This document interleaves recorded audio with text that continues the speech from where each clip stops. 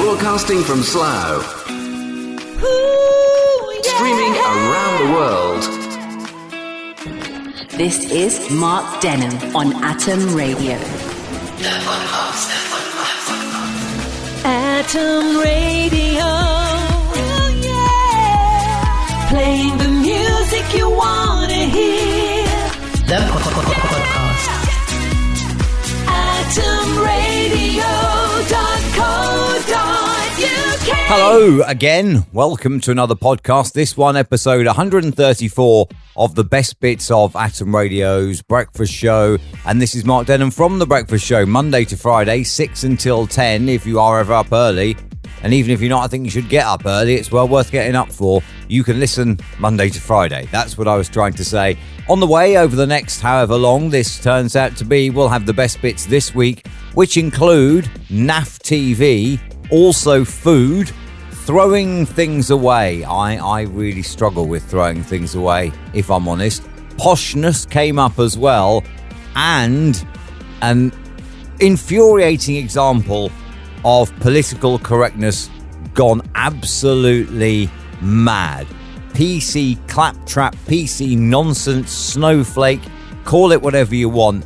It makes me really mad, this does. Anyway, here come the best bits of this week's breakfast show. AtomRadio.co.uk. Morning, 14 to 7. Welcome to Monday. This is Mark Denholm online on Atom Radio, playing the music you want to hear. I did see yesterday, and I was just wondering, I don't know why, this may have been a slow television day, but I did see yesterday Ninja Warrior Australia on television. Now, I happened to mention on Happy Hour on Friday, at the start of the decade, you had 3 channels to choose from, and by the end of it, you had 4. I know now that there are infinitesimally more channels that you can choose from. That's a huge word for this time of the morning. But is it really worth having all these channels and paying for all these channels if they're just going to show rubbish just to justify their existence by showing either repeats or rubbish? I don't know. I mean, at least this is actually happening right now. I'm not just playing you out Friday's breakfast show. Mark Denholm on Atom Radio. Atom Radio, Monday's breakfast show. This is Mark Denholm, online, on mobile and on smart speaker. First day this week back at school, and the other thing that we mentioned earlier, today is National Clean Up Your Room Day. So when you finish school today at 2:30 or 3 or whenever that may be, you have the joys of coming home and cleaning your room to look forward to. And you're now cursing me, aren't you? Because your parents may not have known that until I mentioned that. Yeah! Mark Denholm. AtomRadio.co.uk. If you were listening an hour ago, you would have heard that I'm not really that impressed with the announcement yesterday. Everybody's building it up as, look at all the freedoms that we get. No. They are the return of your basic human rights. The right to see your family, to be indoors with your family, the right to hug your friends and family. Basic human rights, okay? And not only that, right, there is one other thing as well, which I was just thinking, and it really does bug me, and that is the fact that it's been done on a Monday. Right, so you can go out and you can get absolutely sloshed in the pub on a Monday, but you have to get up for work on the Tuesday. Why couldn't it have been done on the Friday? Mark Denholm on Atom Radio. Today, I warned you, we're going to talk about food, and we are, because today is National Eat What You Want Day. Therefore, on a purely selfish note today, I'm asking you, next Monday, we can all go indoors at each other's houses. If I was coming round to yours for dinner next Monday, bear in mind I am a very, very fussy eater as well. Good luck with this. What would you cook for me? All right, we're looking for a starter, a main course, and I was going to say a dessert. I don't want to be posh. We're looking for a starter, a main course, and a pudding. Mark Denholm on Atom Radio. Morning, Nina. Nina comes at this from a totally and utterly different angle and says, morning, Mark, as you're fussy, tell me what you would cook for yourself, and then I'll tell you if I'll cook it. And you know what, Nina? That's not a bad shout, but now I have to think. So I'm thinking that for my starter, I probably would have... Do you know what, though? I was going to say steak, but now I'm thinking, like, you know, when you go to the harvester go and help yourself to the salad cart. I don't know now whether I'd have a bowl of salad or not, but then for me a salad is a bit of beetroot, some grated carrot and garlic croutons. That's it. That's my salad. So I don't know. I'm going to put 2 in there. I'm going to put either a soup or a very minimalist salad. Main course, I would either have a steak, medium rare, or I would breadcrumb my own chicken. I love that. Chicken breast all breadcrumbed up at home and deep fat fried. I'd cut my own chips and fry them as well. And then for dessert, so I've got 2 starters or 2 main courses. For dessert, I'd probably go with chocolate ice cream. I know that's really, really boring, but there you go, Nina. There's probably what I would cook for myself.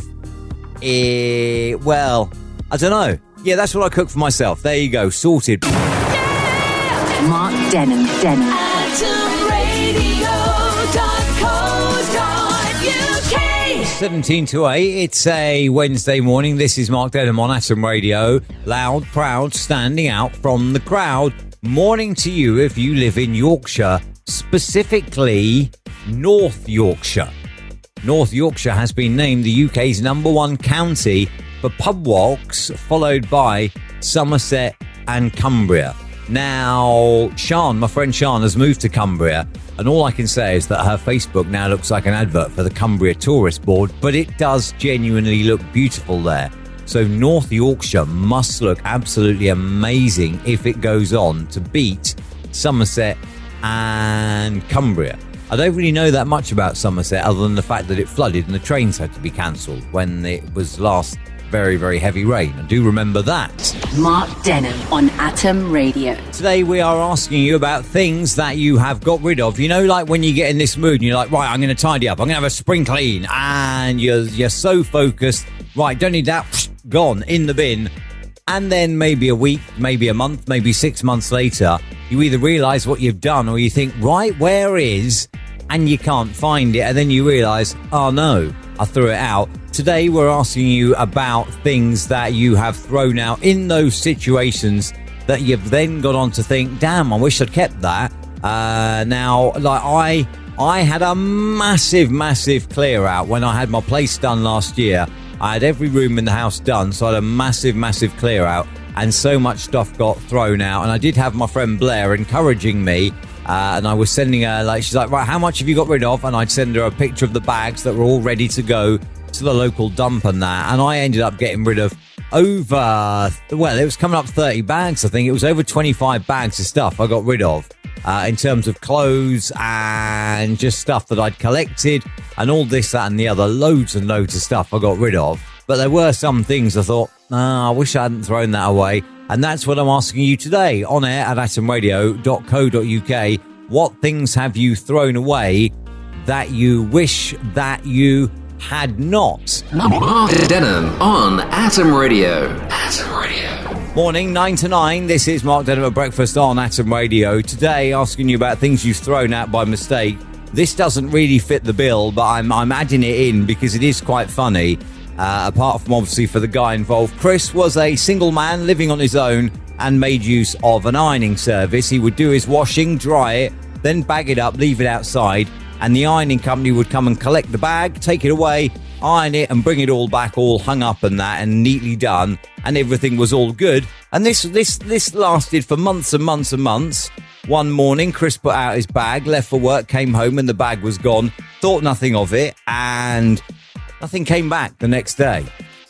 So he didn't still think anything of it. He thought, they must just be busy. It'll be like the day after. And nothing came back. So he rung the ironing company, like, excuse me, where is my ironing? And they said, well, we turned up and there was nothing there. He checked his doorbell thing, and it turns out that it had been collected by one of these people that, just come around and pick up stuff. He didn't leave it out for them. He left it out for the ironing company. But one of these people that come around and just take your stuff, like countries you've never heard of, that's where all of his clothes went. He never got them back. Mark Denham. AtomRadio.co.uk On this show yesterday, we spoke about things that you'd thrown out and regretted. And I did admit that there were a couple of things that I may have got rid of that I'm now thinking, I wish I'd kept it. And then irony struck. Yesterday, lunchtime, somebody said to me, have you still got that old laptop? Now, they asked me, probably going back maybe 3-4 months now, it was early this year, and they asked me, have you got like a spare laptop that I could borrow? And I said, yeah, I have. I said, like, it's not great, it's old, but it does work. And they said to me yesterday, have you still got that spare laptop and can I borrow it? No, you can't, because I did get rid of it. Now, in my defense, they asked me that probably late January, early February. So we're going back 3-4 months here, right? In my defense on this. And then all of a sudden I get asked yesterday, have you still got it? Well, you asked me for it back at the end of January, start of February, and you've never asked me if you can come and get it or if I could bring it to you. So, no, in that respect, I mean, it's a little ironic given what we spoke about yesterday, but I don't regret throwing it out because I don't need it. Mark Denham on Atom Radio. So today we're asking you reasons that you think people may be posh, in your opinion. A study has been done of the top reasons. I'm jettisoning that. I've got a top 5 of our own suggestions today as to why it is that people may be posh. But before we get there, morning, Kirsty. Kirsty says you can always tell if someone is posh or not by the way that they laugh. And I suppose you can. Posh people have a bit of a fa, don't they, when they laugh? So, Kirsty, thank you to you. I have compiled a top 5 from your suggestions today of reasons that people give away that they're posh. At 5, when you still call your parents mummy and daddy when you're grown up. At 4, if you have posh names like Rupert or Hubert. At 3, if you have staff at home, then that must surely make you posh. At 2, the posh laugh. And at number 1, a reason definitely why you would be posh if you have a hyphenated name. Mark Denham on Atom Radio. Atom Radio. Morning, welcome to Thursday, Mark Denham at breakfast. Some horrible news coming out of India at the moment regarding coronavirus. And then there's this. People in India have had to be warned that smearing themselves in cow poo will not fight COVID. They've been told there is no evidence that cow dung therapy works. Mark Denham on Atom Radio. We're told COVID-19 can affect penis tissue and could lead to erectile dysfunction, according to a study. You'll need more than a stiff upper lip there. Mark Denham. AtomRadio.co.uk. Morning, 6:15, Mark Denham on Atom Radio. On a Friday morning, loud, proud, standing out from the crowd. LNER, the train company, has been hit, of course, by the inspections on the trains, as has GWR and First Hull Trains. However, now a conductor has forced the LNER to apologise, and they've had to promise a deal with this conductor. What did he do wrong? He wished passengers a cheery good afternoon, ladies and gentlemen, boys and girls. As the train set out on its journey, LGBT Rail Union rep said it didn't apply to them. Oh, God, can you imagine? Mark Denham on Atom Radio. Atom Radio. So I said, didn't I? I may have opened a can of worms. It's Mark Denham at breakfast on Atom Radio, asking you today which of the restrictions that has already lifted or will lift on Monday do you wish remained in place? Jessie said earlier, hugging. Paula says, hugging as well. I don't want to be hugged. And Nikki says, hugging. Now, I just want to confirm here, right? The restrictions are lifting, meaning that you can hug. It doesn't say that you must hug. So if you don't want to be hugged, it's not like you have to be hugged. Me, on Monday, if I see the right lady with her arms open, I will slide right on in for a hug. AtomRadio.co.uk. I'm still angry about that political claptrap nonsense. Angry about that as well.